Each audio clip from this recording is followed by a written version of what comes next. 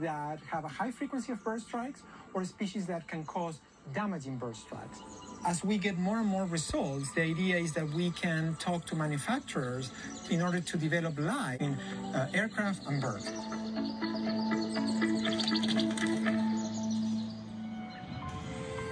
Carefully tracking and removing birds, scientists are also trying to figure out how to help them steer clear of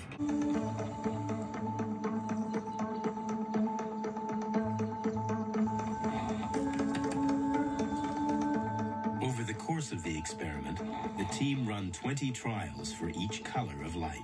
We're concluding that in this arena, where a bird is flushed through and has to make a rapid choice between two paths,